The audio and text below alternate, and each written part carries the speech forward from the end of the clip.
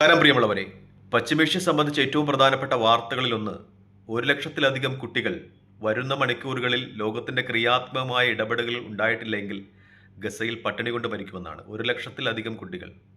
വളരെ വേദനാജനകം തന്നെയാണ് ഗസയിലെ യാഥാർത്ഥ്യങ്ങൾ. ലോകം വളരെ നിസ്സംഗമായി, നിസ്സഹായമായി ഗസയെ നോക്കിക്കാണുന്നു എന്നത് വലിയ വേദന ഉളവാക്കുന്നു. ബോംബിനും തോക്കിനും ടാങ്കുകൾക്കും പരാജയപ്പെടുത്തുവാൻ കഴിയാത്ത ഗസയുടെ ആത്മവീര്യത്തെ പട്ടിണിക്കിട്ട് ഇല്ലാതാക്കുവാനാണ് ഇസ്രായേൽ ശ്രമിക്കുന്നത്. ഇസ്രായേൽ നടത്തുന്നത് പട്ടിണി യുദ്ധം ആണ് എന്ന് സംശയലേശമെന്നേ പറയാം. പക്ഷേ ലോകം ക്രിയാത്മകമായി ഇസ്രായേലിനെതിരെ ഗസയുടെ കാര്യത്തിൽ ഇടപെടുന്നില്ല എന്നത് വലിയ ഒരു വേദന ഉളവാക്കുന്ന സത്യമാണ്.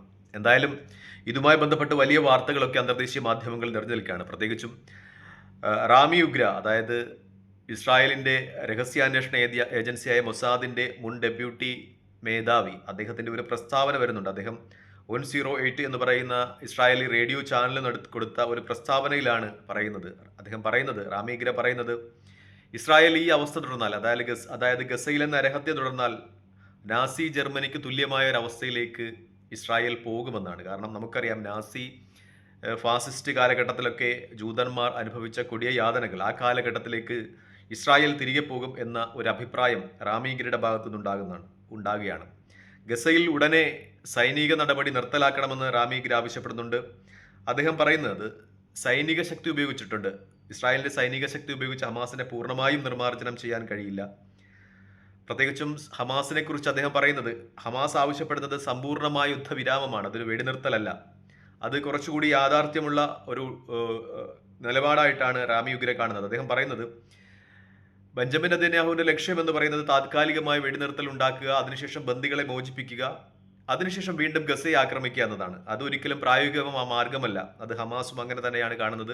റാമി ഉഗ്രയുടെ അഭിപ്രായത്തിലും അങ്ങനെയാണ്. കാരണം താൽക്കാലികമായി വെടിനിർത്തുക, ബന്ദികളെ മോചിപ്പിക്കുക, വീണ്ടും ഗസയുടെ മേൽ ആക്രമണം അഴിച്ചുവിടുക, അവിടെ നിരപരാധികളെ കൊല്ലുക എന്നത് പ്രായോഗിക മാർഗമല്ല. റാമി ഉഗ്ര പറയുന്നതും അങ്ങനെ തന്നെയാണ്. അദ്ദേഹം പറയുന്നത്, വെടിനിർത്തൽ സമ്പൂർണ്ണമായിരിക്കണം. ബെഞ്ചമിൻ നെതന്യാഹു ശ്രമിക്കുന്നത് അതിനല്ല. താൽക്കാലികമായി വെടിനിർത്തുക, ബന്ദികളെ മോചിപ്പിക്കുക, വീണ്ടും ഗസയെ ആക്രമിക്കുക എന്ന ഒരു രീതിയിലേക്കാണ് ബെഞ്ചമിൻ നെതന്യാഹു പോകുന്നതെന്നാണ് അദ്ദേഹം ആരോപിക്കുന്നത്. യുദ്ധം പൂർണ്ണമായി നിർത്താമെന്ന് അമേരിക്ക പറഞ്ഞാൽ മാത്രമേ ഹമാസ് യുദ്ധം അവസാനിപ്പിക്കുകയുള്ളൂ. അദ്ദേഹം മറ്റൊരു കാര്യം കൂടി ഉദാഹരിക്കുന്നുണ്ട്. ഗ്രീക്ക് ഉപദ്വീപായ സയൂസിൽ നിന്ന് ഇസ്രായേലി ടൂറിസ്റ്റുകളെ ഗ്രീക്കുകാർ അവിടെ നങ്കൂരമിടുവാൻ അനുവദിക്കാതെ തിരിച്ചയച്ചിരുന്നു. ഇന്നലെ വാർത്താമാധ്യമങ്ങളൊക്കെ സംപ്രേഷണം ചെയ്തതെന്നാണ്.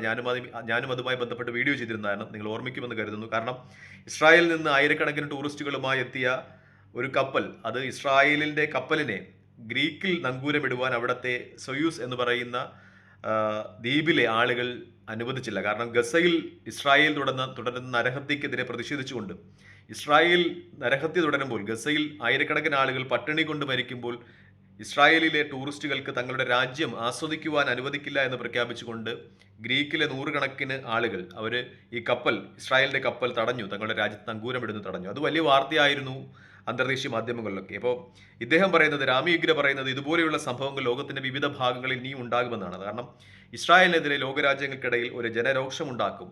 ഗസയിലെ പട്ടിണി മരണങ്ങൾ അവർ കാണുകയാണ്. എല്ലും തോലുമായ കുട്ടികളുടെ ചിത്രങ്ങൾ അന്തർദേശീയ മാധ്യമങ്ങൾ പ്രസിദ്ധീകരിക്കുന്നത് അവർ കാണുകയാണ്. അങ്ങനെ ലോകത്ത് ഇസ്രായേലിനെതിരെ നേരത്തെ നാസി ജർമ്മനിയുടെ സമയത്തുണ്ടായിരുന്നത് പോലെ ഒരു വികാരം ഉണ്ടാകപ്പെടേക്കാം എന്ന് അദ്ദേഹം പറയുന്നുണ്ട്. മാത്രമല്ല, ചരിത്രത്തിൽ സമാനതകളില്ലാത്ത രീതിയിൽ ഒരുപക്ഷെ വേട്ടയാടപ്പെടാവുന്ന ഒരു സ്ഥിതിവിശേഷം ഉണ്ടായേക്കാമെന്നും അദ്ദേഹം പറയുന്നുണ്ട്. അദ്ദേഹം വേറൊരു കാര്യം കൂടി ഉദാഹരിക്കുന്നുണ്ട്. ഈ നാസി കാലഘട്ടത്തിൽ നൂറുകണക്കിന് ജൂത അഭയാർത്ഥികളുമായി ജർമ്മനിയിൽ നിന്ന് പുറപ്പെട്ട സെന്റ് ലൂയിസ് എന്ന കപ്പലിനെ ലോകത്ത് ഒരു ഭാഗത്തും, ജൂത അഭയാർത്ഥികളുമായി വന്ന കപ്പലിനെ ഒരു ഭാഗത്തും നങ്കൂരമിടുവാൻ അനുവദിക്കാത്തതുപോലെയുള്ള സാമൂഹിക സാഹചര്യങ്ങളിലേക്ക് ഒരുപക്ഷെ ഇസ്രായേൽ ജനതയും ജൂത ജനതയും കടന്നുപോയേക്കാം എന്ന ഒരു കാര്യം കൂടി അദ്ദേഹം ഉദാഹരിക്കുന്നുണ്ട്. ഈ നാസി ജർമ്മനി നിലനിന്ന സമയത്ത് അവിടെ നിന്ന് വന്ന നൂറുകണക്കിന് അഭയാർത്ഥികളെ വഹിച്ചുകൊണ്ടുള്ള ഒരു കപ്പൽ ലോകത്തിന്റെ ഒരു ഭാഗത്തും നങ്കൂരമിടുവാൻ ജൂത കുടിയേറ്റക്കാരുമായി വന്ന കപ്പൽ അനുവദിച്ചിരുന്നില്ല. അതുപോലെയുള്ള ഒരു സാമൂഹ്യ സാഹചര്യത്തിലേക്ക് ഇസ്രായേലും ഒരുപക്ഷെ ലോകത്തെ ജൂത ജനതയും തള്ളപ്പെട്ടേക്കാം എന്ന വലിയൊരു ആശങ്ക കൂടി ഉമേയ് ഗ്രഹാം ഈ അഭിമുഖത്തിൽ പ്രകടിപ്പിക്കുന്നുണ്ട്. പിന്നെ മറ്റൊന്നുകൂടി അദ്ദേഹം പറയുന്നു, നമ്മുടെ മക്കളും പേരമക്കളും ഗസയിലെ കുട്ടികളുടെ മരണത്തിന്, അവരുടെ പട്ടിണി മരണത്തിന് വലിയ വില കൊടുക്കേണ്ടി വരും എന്ന് അദ്ദേഹം പറയുന്നുണ്ട് അദ്ദേഹത്തിന്റെ ഈ വാർത്താ സമ്മേളനത്തിൽ. അതായത് 108 എന്ന് പറയുന്ന റേഡിയോ ചാനൽ കൊടുത്ത അഭിമുഖത്തിൽ യുദ്ധം അവസാനിപ്പിക്കും. അദ്ദേഹം പറയുന്നത് യുദ്ധം അവസാനിപ്പിക്കുക, അത് മാത്രമാണ് ഏകം പോം വഴി. അതായത് എന്നിട്ട് അമേരിക്കയുടെയും മറ്റുള്ള രാജ്യങ്ങളുടെയും സഹായത്തോടു കൂടി ഹമാസിന് സമാന്തരമായ ഒരു ഭരണം ഉണ്ടാക്കുക ഗസയിൽ. അതുമാത്രമാണ് ഹമാസിനെ തടഞ്ഞു നിർത്താനുള്ള ഏക പോം വഴി. അല്ലാതെ ഹമാസിനെ സൈനികമായി ആക്രമിച്ച് തകർക്കുക എന്ന് പറയുന്നത് വളരെ അസാധ്യമാണ്.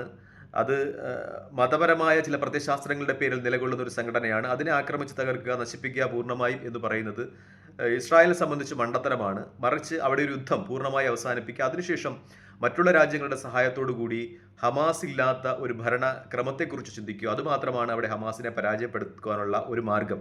ഹമാസിനെ ബലം പ്രയോഗിച്ച് തകർക്കാം എന്നുള്ള കാര്യം അത് മണ്ടത്തരമാണ്. ദീർഘകാലമായ പ്രവർത്തികളുടെ മാത്രമേ ഹമാസിനെ അവിടെ നിന്ന് നിർമ്മാർജ്ജനം ചെയ്യാൻ കഴിയൂ എന്നാണ് ഉമി ഗ്രഹാം എന്ന് പറയുന്ന മുൻ മൊസാദിൻ്റെ നേതാവ് പറയുന്നത്.